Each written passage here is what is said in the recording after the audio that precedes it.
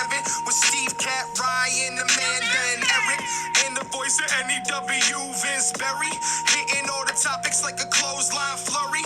Turn up your speakers and hear them out. You can listen from your car, even on your couch. They too raw, who NXT? Handing out Smackdowns, follow on IG. Plus, it's sponsored by Tag Me a Date. Go to YouTube and sub now for every update. It's all wrestling here. No safe space, now listen in. Time to hear from some of the greats.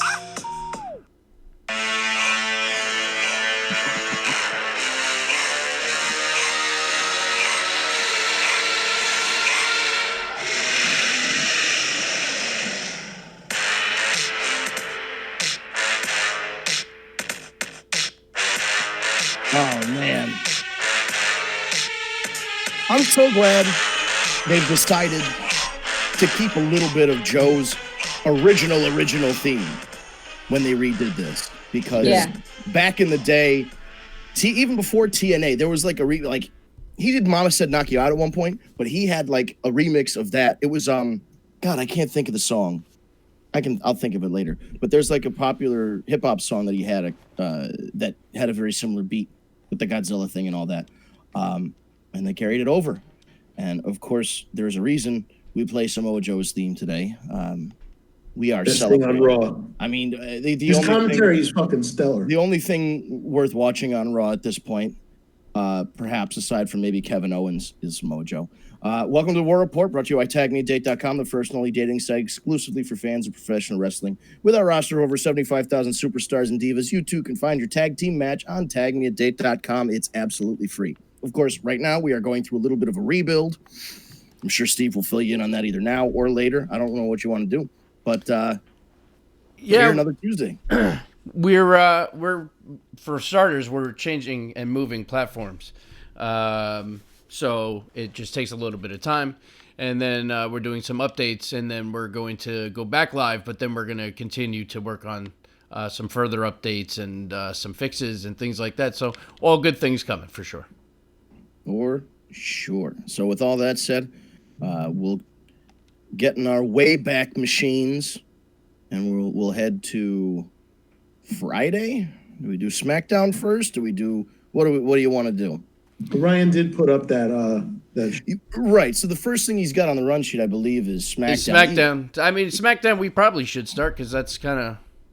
So SmackDown was the Black Friday edition of SmackDown, which doesn't mean that Kofi and Big E were selling things. It's just that's what it is. Black Friday. They did have one. They had our truth was with the Arconics. This is true. No, they had that commercial with the heavy machinery selling stuff too. So they definitely tied it in. Oh yeah. But I suppose the most notable thing to come out of that episode, well, a few notable things that all have to do with The Fiend. So it seems like, can you guys hear me okay? Yeah. I'm coming through good? Okay. I can't hear myself in my own headphones for whatever reason. Or it's very low. But The Fiend it was the theme all episode. They were teasing a new character on Firefly Funhouse. Bray, The Fiend. Not only did we get a blue SmackDown Universal title, we have a special Fiend title. He skinned his own face and put it on a belt. But then he has a face on his face. So he's got multiple faces. And it's a fuckload of money. And if you want to buy one, it's $60. It's fucking insane. $6,499. Right? Do you realize? Can I just how many belts could you get for that? Forget that. For the amount of money that they want for that title, you could actually book wrestlers to show up somewhere. You could run a wrestling show for $6,500. That's what I'm like. That's just an insane.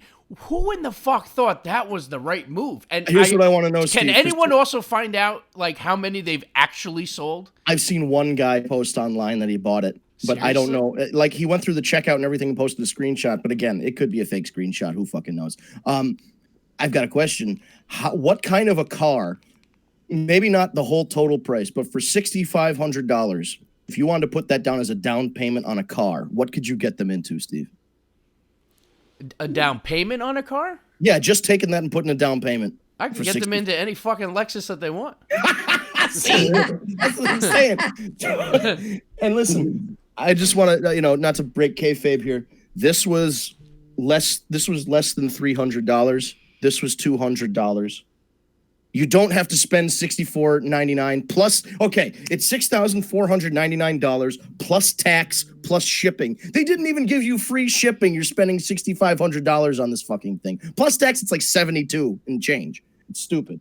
But yes, brand new. I understand kind of why they did it, but not really. If you can take the Fiend mask, Tom Savini and his special effects studio. Tom Savini is a very, very famous special effects artist. Started with Night of the Living Dead. Dawn of the Dead, he's the biker, the main biker with the machete. He's cockshot in From Dusk Till Dawn. He does special effects. He does acting. He has a special effects school in Pennsylvania, and he runs a special effects studio for movies. And they made the Fiend mask, and they made the Fiend belt. They took the Fiend mask and were able to make it a commercially viable mask. They have two different versions. One's a cheaper version for like $30, and then like a professional version, I think, for like, $99, something like that. It looks a little better. The fact that they couldn't take this belt and scale it down, I don't know if they're going to do that in like 6 months or something, and they want to get the initial jump on people who are going to spend this kind of money. I really don't know. But we have a new belt. So we got the Blue Universal Championship. We've got the Fiend face belt. And supposedly we're going to have a new character on the Firefly Funhouse. Fast forward to the end of the show. Daniel Bryan comes out, cuts a promo, says that the Yes Movement is back, etc., etc. And the Fiend, it's the Blade. He cut his way through the ring. The who? The Blade. By God, who? So he cuts his way through the ring just like the Blade did. And he but the stupid red light is on. And I know it's blue for SmackDown, but I guess we're talking about the Fiend.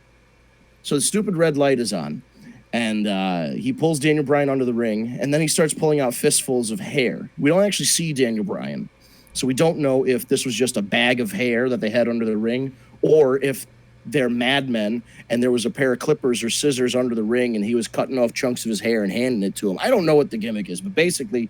Daniel Bryan's going to have short hair. He's going to have short hair or no hair. Or a short beard. Or both, or who knows? Oh. He could come out looking like Animal or Hawk. But he could be the new, right? He could be the new character on the Firefly Funhouse. That's what it seems like. Everybody, and please, can we stop with this? I'm going to look in the camera and move up. Dear Internet, Liv Morgan is not Sister Abigail. She's never going to be Sister Abigail. She's not the new character on the Firefly Funhouse. She's not going to be involved with Bray Wyatt. Please shut the fuck up about Liv Morgan and Bray Wyatt. Thank you. Stop trying to make Liv Morgan happen. It's never gonna happen. It's not going to happen. Public service announcement. They've been talking about this shit for a fucking year. It's not going to happen. But what if it does? It's just not. Oh my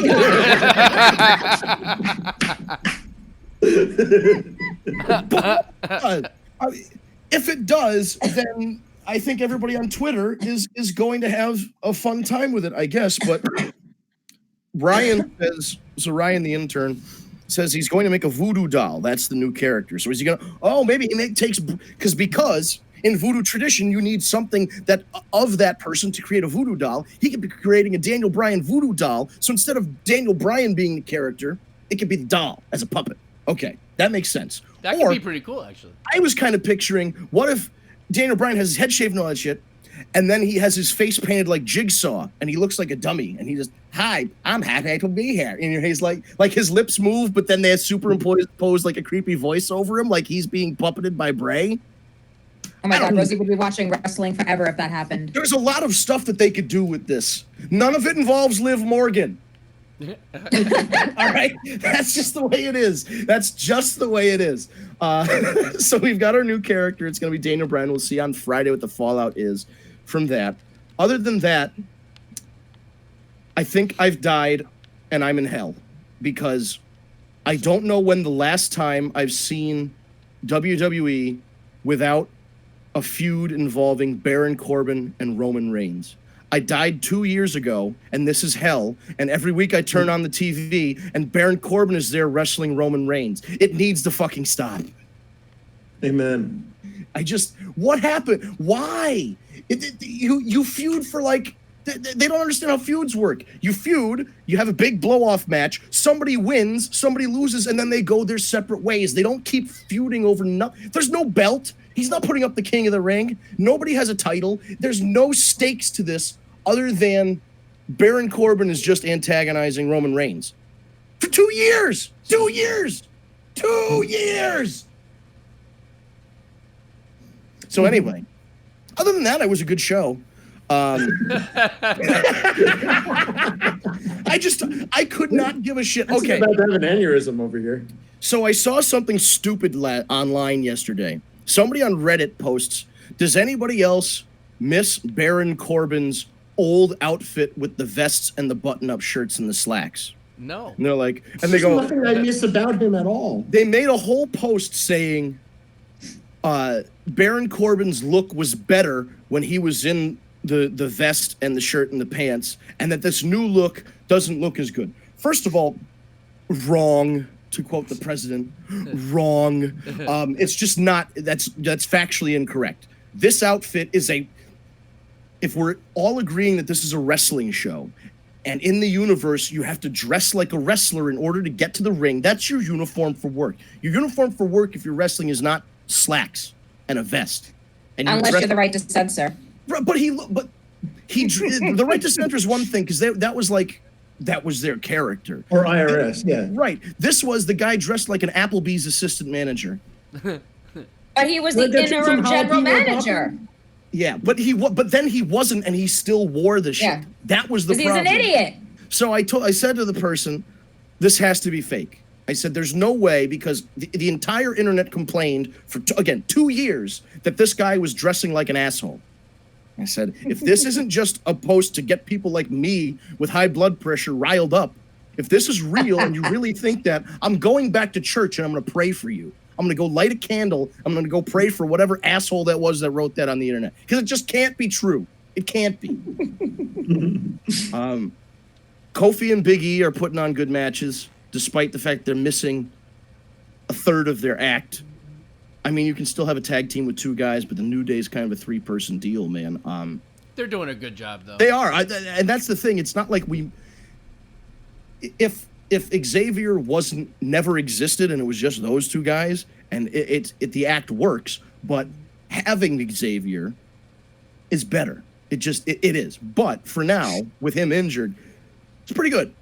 It's kind of frustrating that Kofi just seems to be content being a tag team champion after everything that's happened, but they barely even referenced that he was the WWE champion for 6 months or whatever it was, and had like the underdog story leading into WrestleMania, where it was going to be Kevin Owens or it was going to be somebody else, and the fans changed the direction of the story to get Kofi his first title win, the first 100% African-American person of color, whatever you want to say, to win the World Heavyweight Championship, or the WWE Championship, not just the World Heavyweight Championship with the Universal title. Or it's The Rock, who some people kind of go, oh, he's only half black. Well, yeah, but I mean, how fine are we going to draw this line? But it's a big deal. Kofi came out after whatever it was, 12 years or something, and did the thing. And now it's just like, hey, we're going to throw pancakes. Yeah, but they're putting on good matches, so it's a double-edged sword. And they're entertaining. They are. I mean, they're still. It's remarkable to me that 5 years later, this is still going, and it's still going strong. It's and not they've got even their like own podcast stale. now. Yeah. Right. So a couple notes from that, since we're talking about SmackDown. I haven't listened to it yet, but I read some outlines of the first New Day podcast.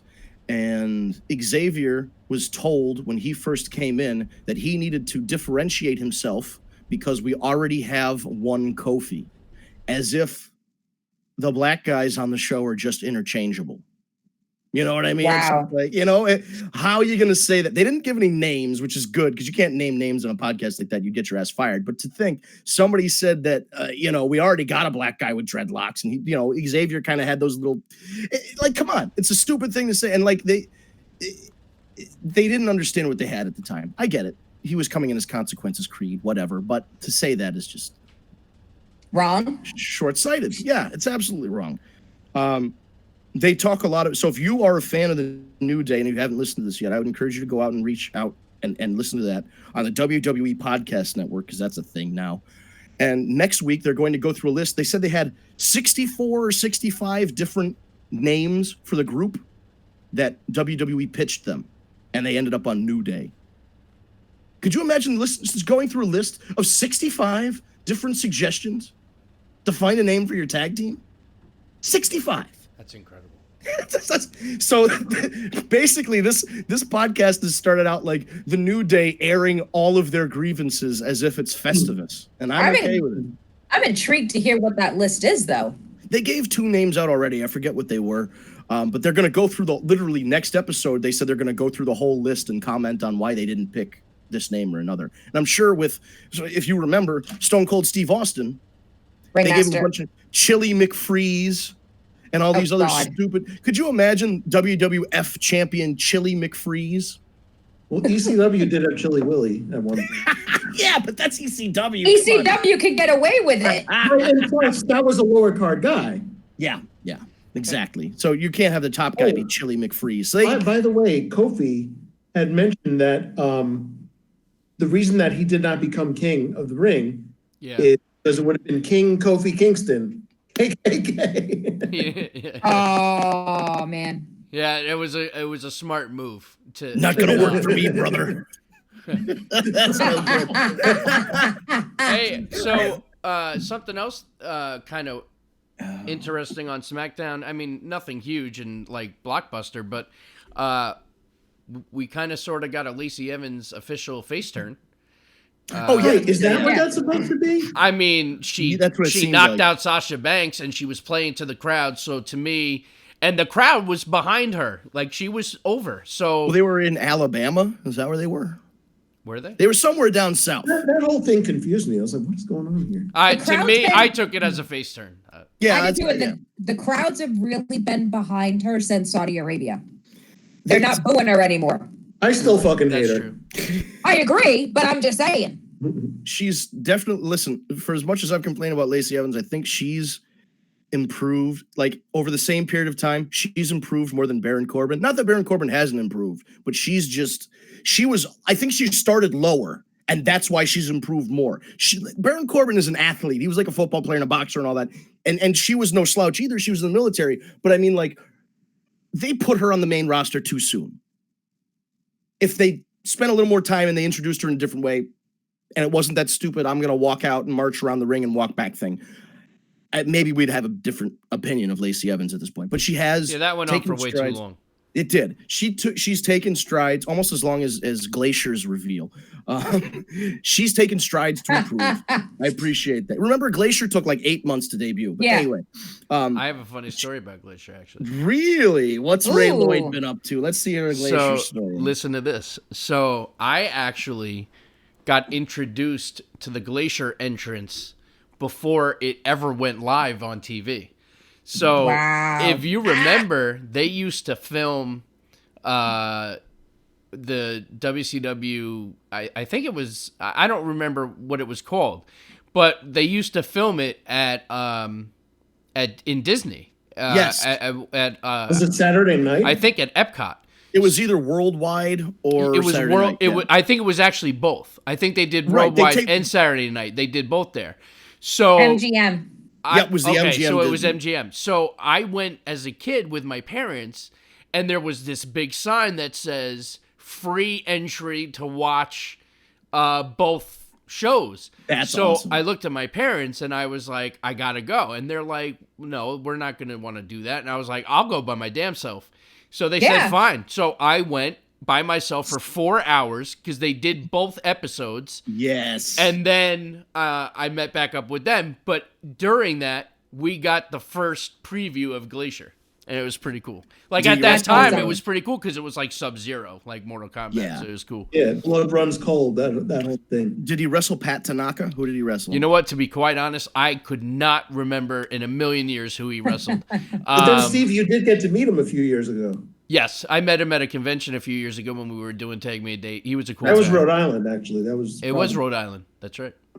So Vince, you were there. Oh yeah, absolutely. That was fun. Met JR, met Goldberg, met Crystal, Lashley's wife. Oh, we'll get to Lashley in a second. Don't you worry about God Please. damn it. God damn it. We have to talk about that. Anyway, back. No, we don't. No, I guess we Well, don't.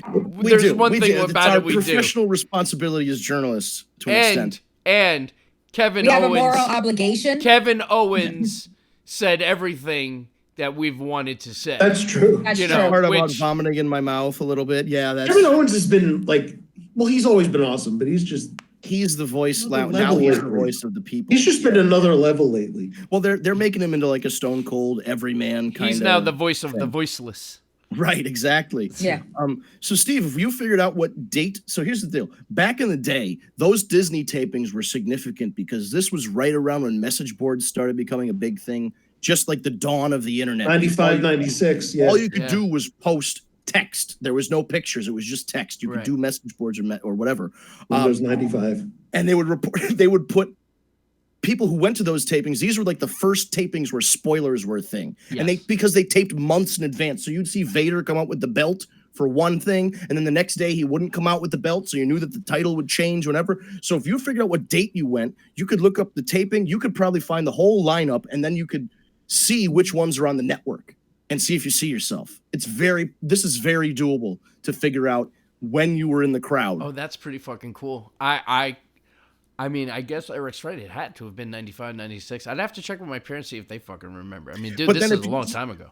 And if you had an approximate date, you could go kind of look through and figure out which one was which, because it always tells you what day it was. You can figure out which day it was taped. And I remember it was pretty cool because it was it had like the yellow in the mat, and then it was on like the spindle. Yes, you know what I mean. Yeah, they don't do that anymore. Yeah, so and I remember watching Rick Steiner wrestle twice, once on one show and once on the other, and he lost both. It was almost the same match. It was almost the same match over again. But I remember that. Yeah, it was cool. That's awesome, man. I never got to see a WCW show. None of the real big guys were there, though. I mean, like, big like Steiners. But other than that, you know, like, I don't remember seeing any, like, you know, like Ric Flair or Sting. They weren't there or anything. Right. So, I mean, my first wrestling show was the night the live, because I'd watched wrestling forever, but my first live show my parents actually ever took me to was the night they changed from WWF to WWE, and they showed that commercial with the WWF logo going into the barber and getting a haircut and coming out as Get WWE. the F out. Yep. Yeah. They started that. And I brilliant. remember from that, the two things I remember from that night were relentless boos every time they showed that commercial. And then Let's Go Whalers, because we were in the Hartford Civic Center. Yeah. So those are the two things that I remember. Hey. Oh, and Spike Dudley wrestled. Listen, we're almost halfway through, and we have so much to fucking cover because we haven't even talked about Le Champion and the Celebration, and we also have not talked about NXT and the incredible what Keith Lee did. Holy shit. Keith Lee sent Adam Cole into fucking orbit. But there were so many cool spots in that match. Like Donovan Dijak looked fucking awesome in that match. Yeah. Just the whole fucking show was great. What's going on? There was an injury though. Bobby Fish. Oh, Bobby Fish. Yeah. Okay. Any update on Fish? Is it anything serious? I haven't heard. The last thing I heard was I just shared on Facebook like a couple hours ago. Bobby Fish saw a homeless guy who had just lost his job and then went to Target and bought him a bunch of food and clothes and stuff for his family. Oh, wow. Yeah, so Bobby Fish is a solid. I knew Bobby Fish way back when. He looked completely different. He didn't have facial hair. He had long hair, and he kind of looked like when Neville Pack, when back in the day when he was like a young kid. Very similar thing. Baby face with the long hair. And we used to wrestle in these shitty little buildings. I can't even picture that. He wrestled in these shitty little buildings in front of 100 people, and now he's with one of the biggest acts in TV, and it's good to see. And he's a good guy. Obviously, he did all that for that homeless guy. So Strong had to step in with fucking like slacks and shoes. Just like Scorpio Sky had to do a couple weeks ago. That's pretty cool. Which I appreciate that though, because it's real. It makes it seem right. Even if it's planned, it seems spontaneous. Yes. Yeah. It's kind of silly to think about everybody sitting backstage in their boots and tights, waiting for somebody to get injured or waiting to make a run in your full gear. if you're not scheduled to wrestle on the show. Like Macho Man on commentary was always dressed to wrestle. Yep. Oh yeah, but that's Macho. It looks like it is possibly a concussion, but they haven't made a definitive decision yet. He's off TV at least for this week. All right. Yeah. Well, right. better be safe than sorry. And right. Morrow should be back this week from everything I heard. He's supposed to be back tomorrow. Is he? The main event of that show was Balor beating Ciampa, which is pretty significant because not that Finn should lose on his first big match back like that, which it wasn't really his first big match because he wrestled Riddle, but you know what I mean. He's back on NXT TV. They need to give him wins, but I mean for him to beat Tommaso is just like Wrong. It's like but neither of those guys should lose at this point. You know what I mean? Yeah. Right. And to be honest, the way it ended, the finish, it was, I think the match worked. Yeah. And then after the match, where Cole was kind of like congratulating Balor, and then Balor just does the fucking Pele kick to him anyway. Yeah.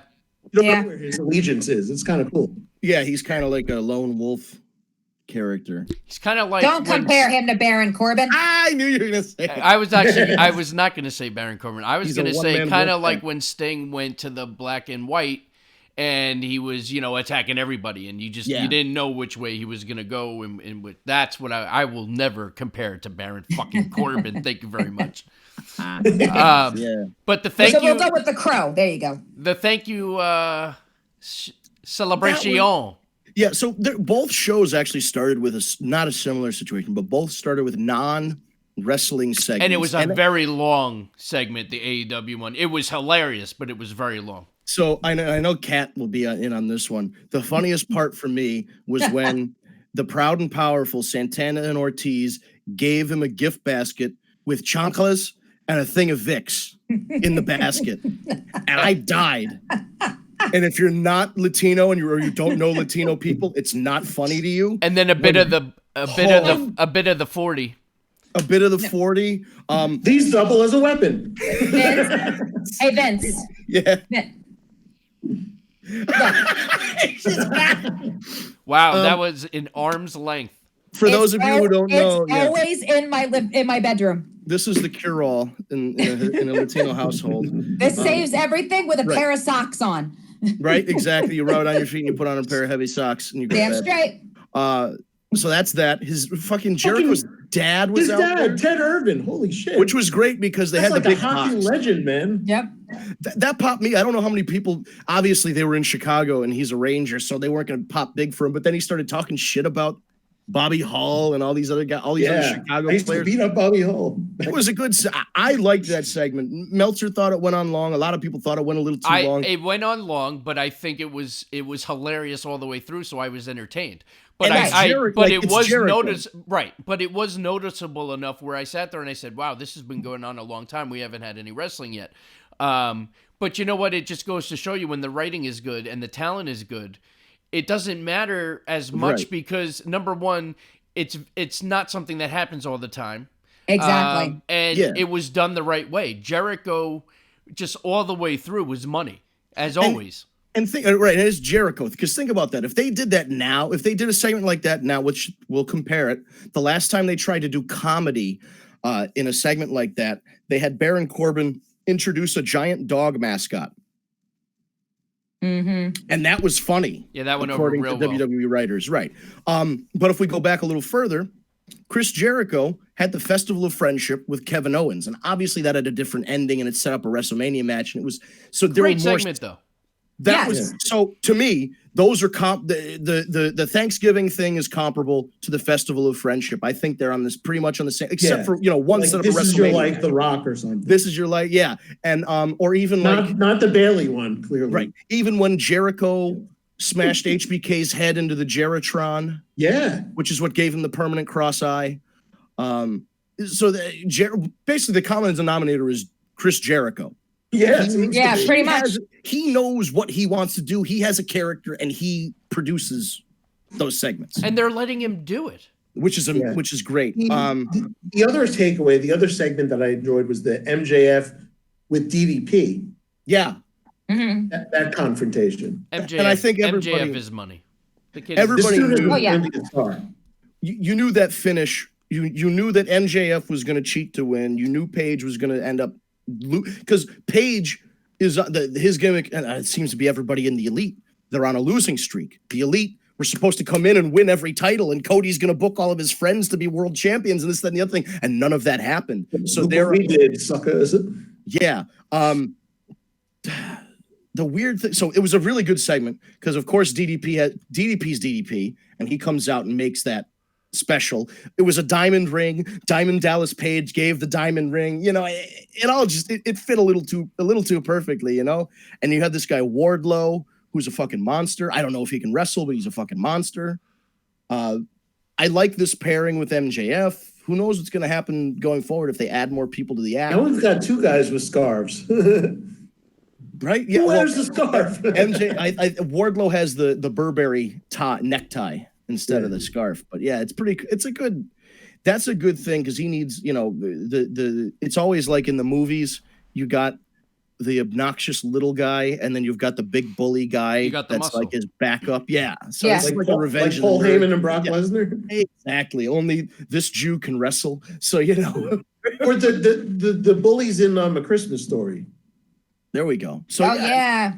So the little guy with the fucking hat and then the big bully. Yeah, and okay, so I want to talk about something for a second because before we get into Bobby Lashley and Lana, because that's the other thing I think people are going to complain about. The biggest complaint coming from AEW this weekend, or this past Wednesday rather, was the debut of the Butcher and the Blade with the Bunny, Allie. That was the worst segment of the entire show. It was, and it boils down to because here's what happened. The thing, they used the blade used a blade to cut through the ring and come out.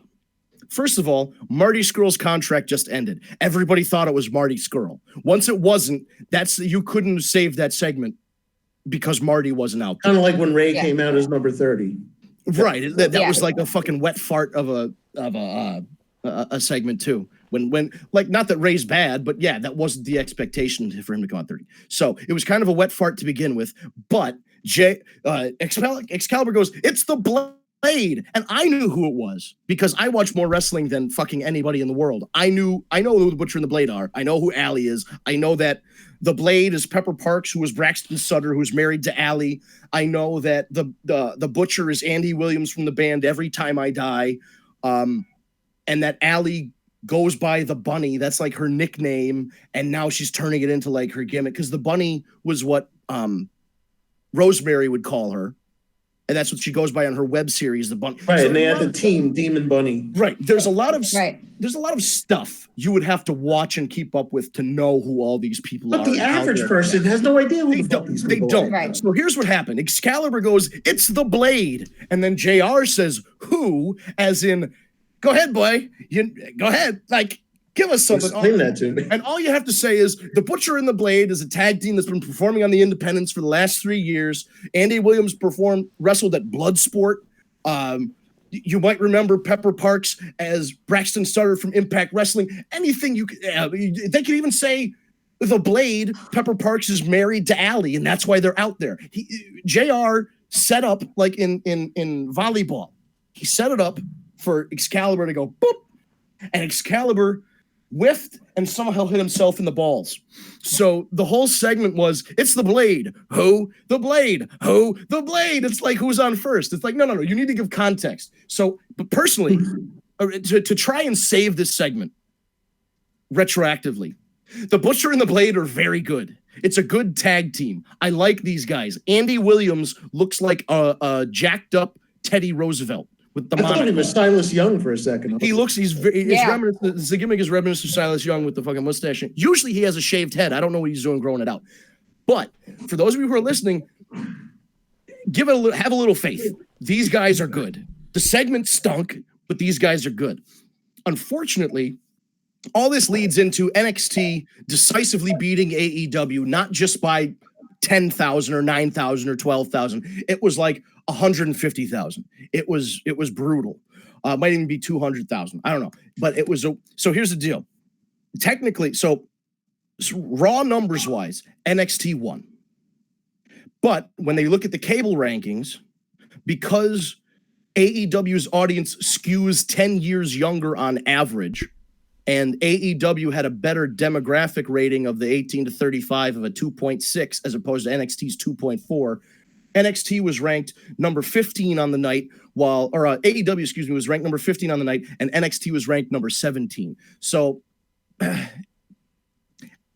didn't win. Let's put it that way. But they hit the metrics that they need to hit. TNT was expecting 500,000 viewers average on the show. The fact that they're over it is great. Their demographic is where it needs to be. They're attracting younger fans. The interesting thing, NXT is gaining older fans in the 50+ year demographic, which is why their average skews to about NXT's average is about 50 years old, whereas AEW's audience average is at about 40 years old, let's say. That's interesting. Because they're about 10 years. So what it's saying, the idea, so the theory I have is that the people who are established WWE fans, there hasn't been a competitor to WWE in 20 years. They are WWE watchers. They're going to go to the WWE product because they're familiar with it. WWE has a fucking monopoly on signing all the biggest indie names because they've got the budget and they signed everybody away. And AEW is doing as well as they can with the guys that they have. And not that they don't have big superstars like Ambrose or Moxley, and Pac and Cody and the Bucks and Omega. They've got big names. And Jericho. And Jericho, of course. And MJF is now kind of a big star. And they'll bring in Billy Gunn and they'll bring in DDP and they'll bring in other guys. But NXT has been established as a brand for almost 10 years now. It's a thing. So established wrestling fans are watching the WWE product because they're, WWE, everything feeds into everything else. Raw's promoting NXT, NXT promotes SmackDown, SmackDown promotes back to Monday night, and the cycle goes on. But newer, younger fans are checking out AEW. Unfortunately, they hit a really bad spot. I liked the show. People thought maybe it was a little slow. They didn't like the segments. They didn't like the Butcher and the Blade thing. I thought all the matches were good because you had MJF winning against Paige. You had the tag team match, which was the Best Friends against the Lucha Brothers, which was a shocking win for the Best Friends. Omega and Pac had a good match. And Jericho and Scorpio Sky had a really good championship match as the main event. I don't have any complaints about the technical part of the show. Apparently, I'm in the minority here because 200,000 people dropped off. Whether that has anything to do with the holiday or they'd rather watch NXT because of the fallout to Survivor Series. There's any number of things because, as WWE said, it's a marathon, not a sprint. So we're going to see this. This is the acid test. If AEW bounces back to 700,000 or 800,000, okay, it's a 1 week anomaly. If it starts going the other way, then we're in trouble because the magic number is 500,000 viewers. And if they get under that, Cody's back to signing autographs at WrestleCade for $20 a pop. You know what I mean? Yeah.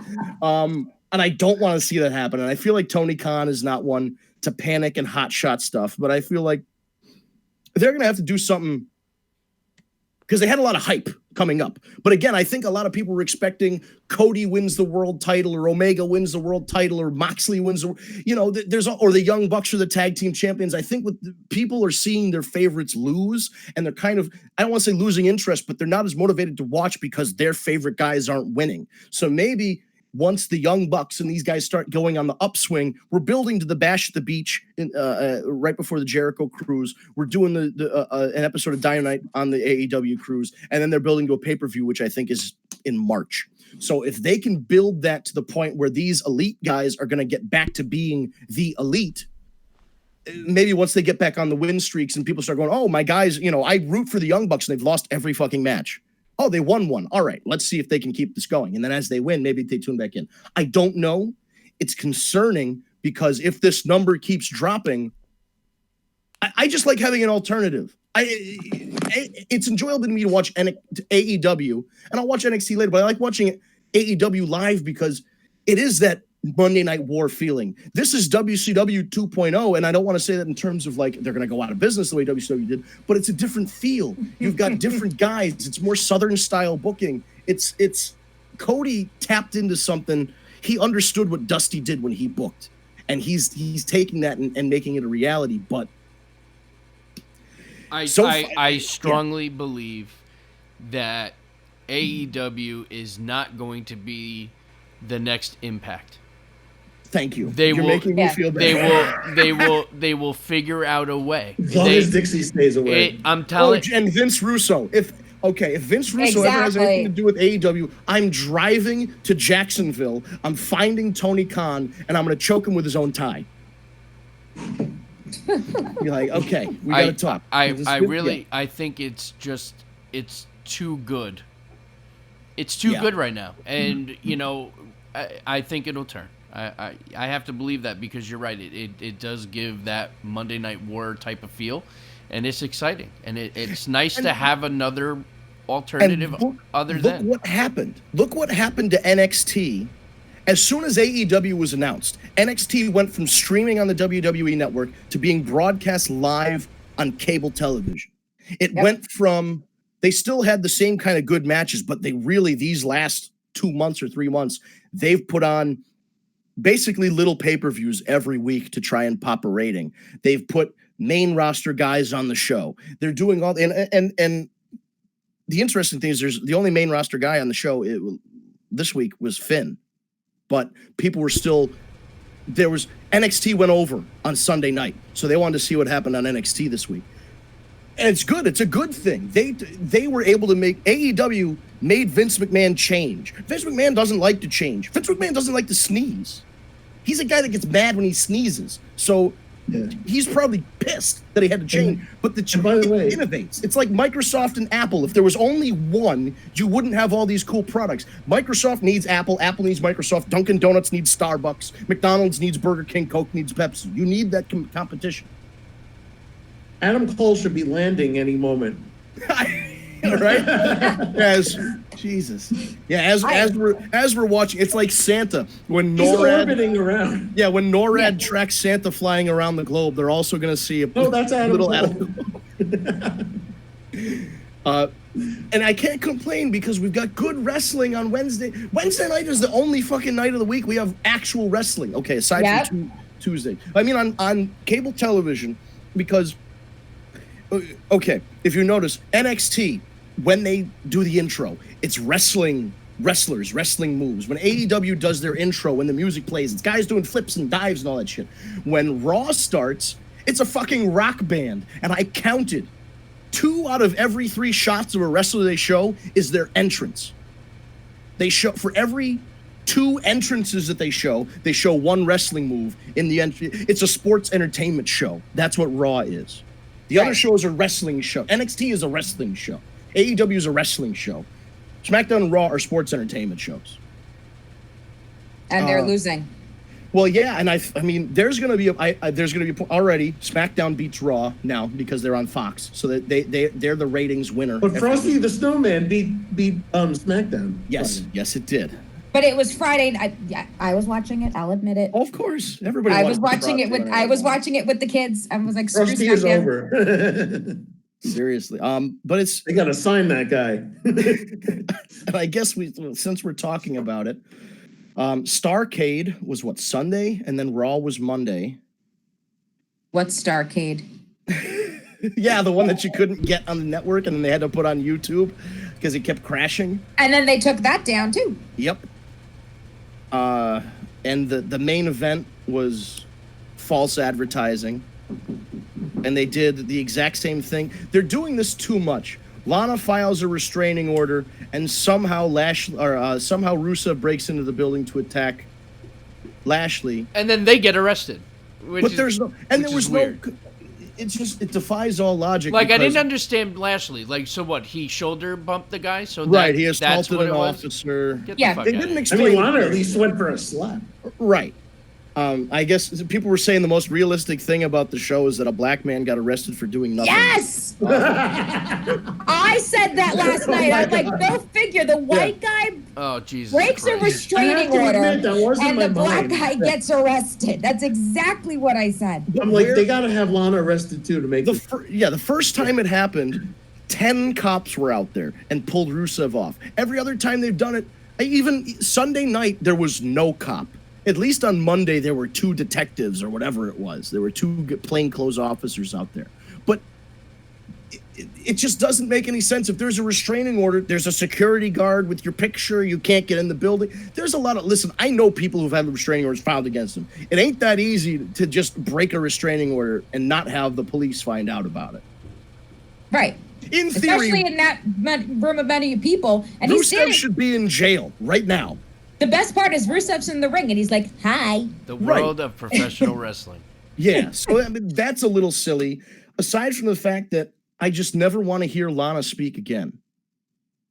No! Somehow Kevin Owens, with his French-Canadian Pat Patterson accent, speaks better English than Lana. And Lana grew up in this country.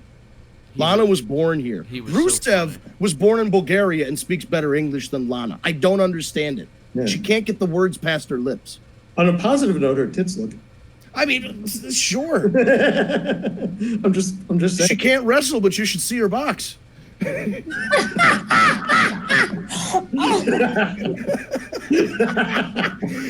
we're canceled. I like that. I feel like everybody. We are getting closer and closer every week. But it's just... okay, the only positive of this is that the backwoods hillbillies that watch pro wrestling are eating this shit up, and Rusev is getting over every week. I don't understand it, because literally, as soon as I saw Lana, I turned on Monday Night Football, and I didn't turn back until the main event of Raw. I just turned off the whole fucking show because I didn't want to hear more about this Lana Rusev thing. But apparently people can't get enough of it. And it's not for me. I understand. If it's for you, that's wonderful. It's not for me. It's not for this panel. Nobody on this panel likes this. I do want to discuss a couple of positives. One, obviously, was Kevin Owens definitely. Kevin Owens is always a positive. Samoa Joe on commentary. Yes, absolutely. And the other was the main event, especially AJ pulling off that freaking, what do you call it, off the top rope. The Styles Clash? Yeah. That was awesome. Yeah. Awesome. It was funny, though. And then the RKO after the match. But I don't understand, because is Randy feuding with Drew, or is he feuding with AJ, or are they all feuding together? Randy does whatever he wants. Exactly. Well, of course he does. He's been doing that for 20 years. He's earned he even the said right. As much. He's earned the right to. I'll tell you what, though, I wouldn't mind a little Drew Randy. That's pretty cool. Yeah. No, I agree, man. So but the funny thing about the main event was, I noticed at one point there was like 3 minutes left to go on the show. They did the Styles Clash off the rope near fall, and then all 6 guys looked at the referee at the same time, and the referee kind of gave them like start it, and then everybody dived. It was like it was like the referee waved the green NASCAR flag. Fireworks show. Boom, you could tell they were like, okay, we have 3 minutes, throw everything out there, and they just did all their shit. Here's a question for you. Does anyone else feel like they're trying to set up a new Shield with Rollins and AOP? Yeah. Well, it's more like a J&J security situation. Right, I was going to say. Because the Shield used to, or the AOP used to wear those fucking vests. They used to wear tactical gear too. Yeah. But they're also doing the cheap foreigner gimmick, like the cheap heat. Oh, look at me, I speak a different language, so you should boo me thing, which is what the Kabuki Warriors are currently doing. So that was funny. That was funny. But why have 2 people doing it at the same time? And then, oh, you know what? That reminds me. I should mention that handicap match didn't do anybody any favors. Because if Asuka and Kyrie look fucking stupid. Well, they won, and they should have won. Yes, but they barely won. And then it's a no-win situation, the handicap match. Well, it's a no-win situation. There was no championship on that show at all. No Brock, no Becky.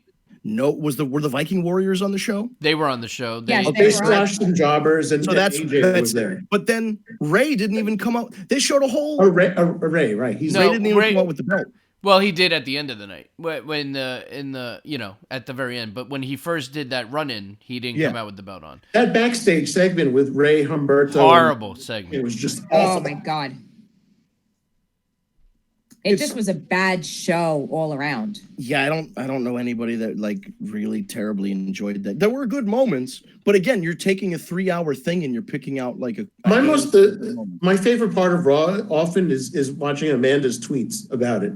SmackDown, yeah, right? SmackDown was probably, in my opinion, I think SmackDown was a much better show than Raw this week for sure. Yeah, it was. Absolutely. But it's gonna be because it's an hour shorter. That's Raw is held back by that extra hour. Okay, but there have been plenty of 3-hour shows like in the last couple of weeks since Paul took over that have been good 3-hour shows from start to finish. Yeah, it's hard. What the fuck were they thinking last night? I don't know. There was nothing.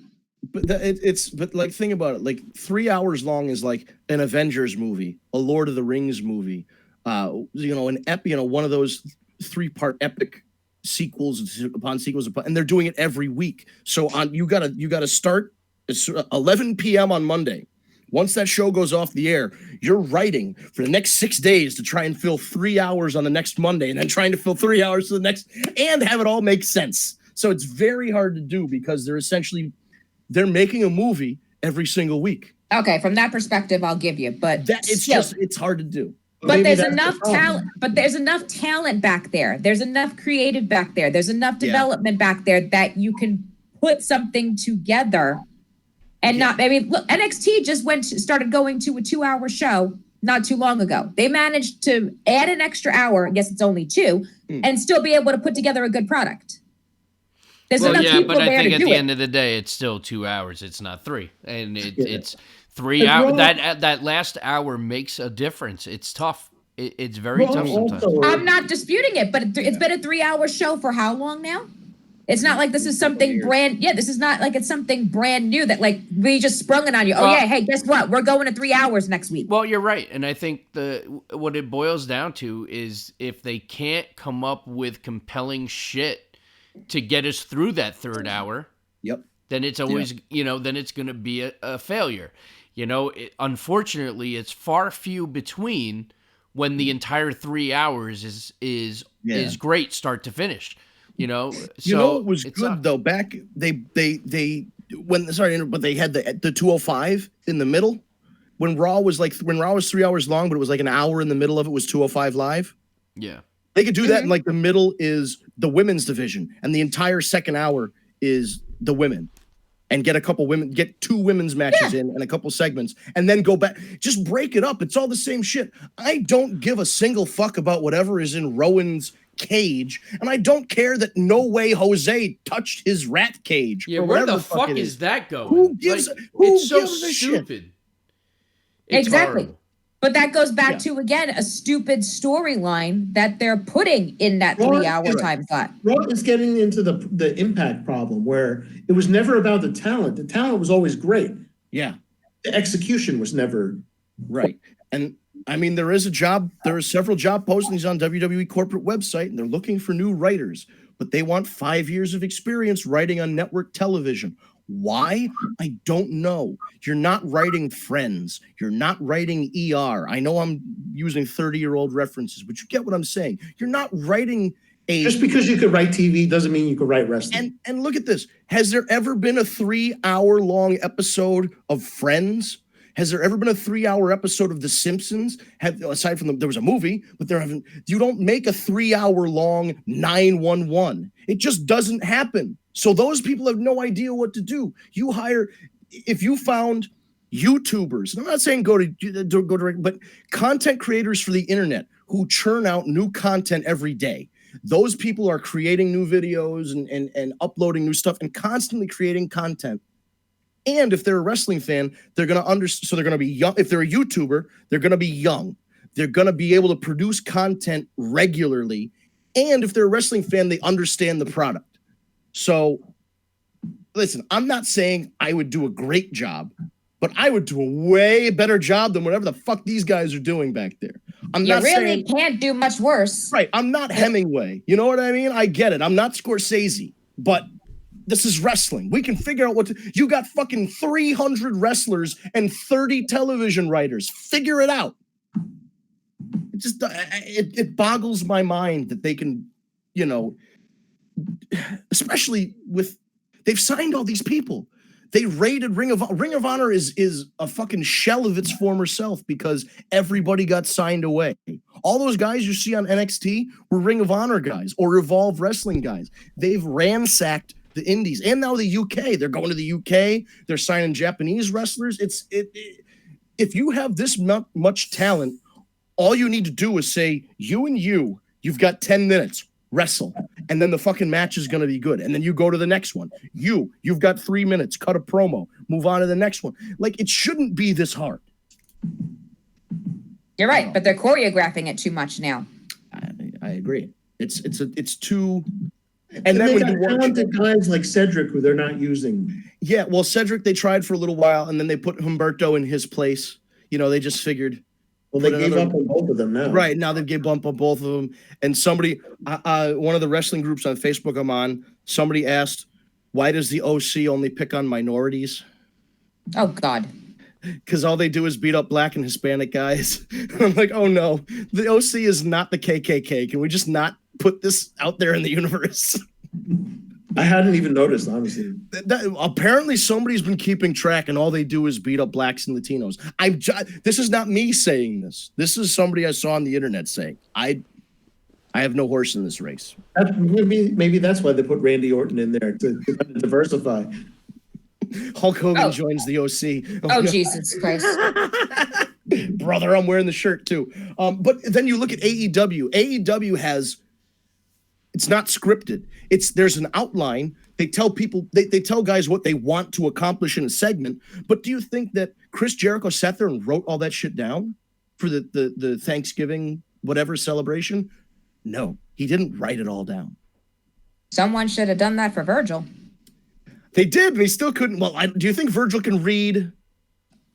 Now there goes our ratings. Now we're done because in the last 30 years of wrestling, whatever gave you the impression that the guy could string two words together? So I said that last week during. I said there was a reason why Ted DiBiase didn't let Virgil talk. Soul Train Jones. I got to get that Soul Train Jones T-shirt. The $10 you'd get from it. Because that's what it was before Virgil. That was the only name WWE didn't own. They own all the names they had in WCW. Curly Bill and Vincent and Shane and all those other stupid names. They own Virgil itself. They had no other name to use except for Soul Train Jones. So he needs a shirt that says owned? And by the way, I did, in fact, buy 2 bottles of the bubbly. So when it comes in the mail, I am going to do a taste test of the bubbly and let you guys know how it is. It's not champagne. Didn't he sell something like 10,000 bottles within the first 24 hours? That's crazy. 10,000 bottles over that Black Friday period, man. Thank you, Ryan, for letting me know that because I was going to use just 1 coupon. Ryan found like 4 coupons that I could put on there. And instead of paying like $60 to get the 2 bottles, I paid $31. So thank you, Ryan, for that. It's a sparkling Riesling. I won't get too deep into the details because I don't think anybody else finds this interesting except for me. If you call something champagne, it has to be made in Champagne, France. There's a certain process, and it has to be made in Champagne, France to be called champagne. Otherwise, it's brut or it's Moscato or whatever. There's a whole bunch of different terms you can use, but you can't use champagne unless it's made in Champagne, France. Period. So it's a sparkling Riesling. Riesling is a whole other thing we won't get into, but it's a sparkling white wine. Riesling is a dessert wine. You chill it, you serve it. I'm looking forward to it. I don't like red wine. I'm a white wine. I don't drink wine very often, but if I drink wine, I drink white wine, and I drink Riesling specifically. So if this is good, I'll be ordering more bottles of it. Don't forget to eat it with some fish. Yeah, it's a white wine. I mean, white wine is fish. Yeah, white wine, fish and chicken, right? Fish and chicken. Mm-hmm. Yep. Yeah, and then red wine's beef. Yep. Yeah. Beef and lamb. Funny, I use wine more for cooking than drinking. Oh yeah, absolutely. I go and buy those cheapo $3 bottles of wine, and then I cook with them. They say I want to go make chicken franchise. Yeah, exactly. Yeah. Man. NWA, their pay-per-view is coming up on Saturday, right? The 14th, I think. It's sold out already. And there's a new episode of NWA Power out tonight. Yeah. It's like their finale. This is the last one of their tapings. Last week, I don't know what the fuck they did. They damn Tonight, Melina's wrestling. Yeah, but they damn near killed NWA Power last week because they decided to air like a clip show episode with an empty arena match, which was like they might as well have put in a neon sign. We had to delete the episode with Jim Cornette on it. They say that was the plan and they had nothing to do with the Jim Cornette thing, but I don't know. It's pretty conspicuous. I guess if Cornette's on the show tonight and it's the last one, I don't know. We can't get into it. It's 8:00. I don't think they should have fired Jim Cornette. I think there's another solution that didn't involve firing that could keep him on board while still getting him to understand that what he did wasn't appropriate in the year 2000. Even though I won't get into it. I just don't. Save it for next week. So shitty. It's so shitty. And we can actually dive into it. Yeah. Why are we canceling? He said one thing, and it wasn't even like he said, all right, we won't get into it. I think Jim Cornette got a raw deal. For all the bitching and complaining he does and all the old man curmudgeon-y stuff he says, this is probably like the most benign thing he ever said to get canceled. I mean, Jesus Christ. He said so much shit, Vince Russo filed a restraining order against him. And now he sells copies of the restraining order on his website. For $10, you can get an autographed copy of Vince Russo's restraining order, and Jim Cornette will autograph it for you. Sometimes Cornette is my spirit animal, man. It's so, we won't get into that right now. But we will dive into it because I think he got a raw deal. And I'm not talking about the old card game. But I do think that everyone should check out NWA Power. Yes, still support NWA Power. I might actually order this pay-per-view. Yeah, so NWA Power, AEW Dark, it's 8:00. AEW Dark should be up right now as well. And then tomorrow night, we got more live fucking wrestling. We got AEW Dynamite, we got NXT, our 2 weekly shows. The Wednesday Night Wars are still moving on despite a decisive victory from NXT last week, because as far as I can tell, it was the 9th week.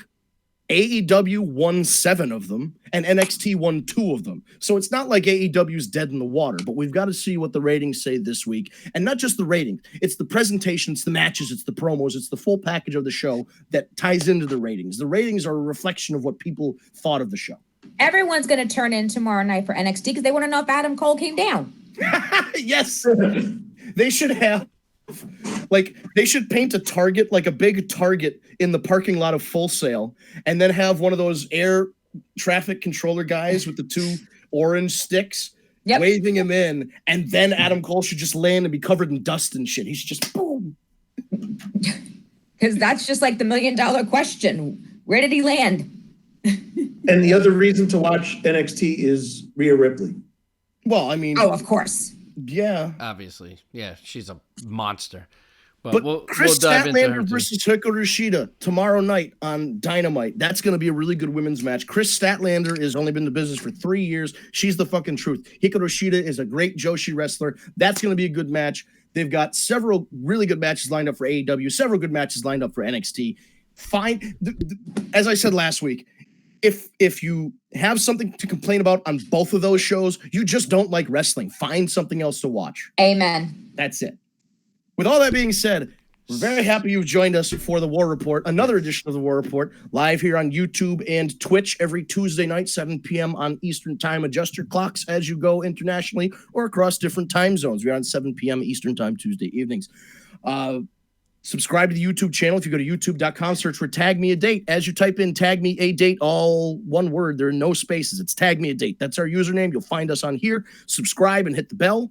On social media, we've got Facebook, Instagram, Twitter. I don't know what else. Lots of other stuff. Just look for it. So it's at Tag Me a Date. Again, it's all the same thing. Tag Me a Date. You'll keep updates with the refurbishment of the site. We'll give you a timeline for when the new site is going to launch. As Steve said earlier, we've got a whole new platform coming out, and some big upgrades and changes coming to Tag Me a Date. And there will be a special video once we go back. Yes, we have a special surprise that Eric dropped on us from WrestleCade. So good. Which is awesome. So you'll see that as soon as the site relaunches. That'll be part of the relaunch. And again, just stay on our social media. Facebook, Instagram, Twitter, YouTube, Twitch. I think Twitch is under Steve Glenwick. You can just search for it. But anyway, we'll be back next Tuesday, 7 p.m. on Eastern Time. Tell your friends. Oh, did we get a question? You were talking to somebody on Instagram.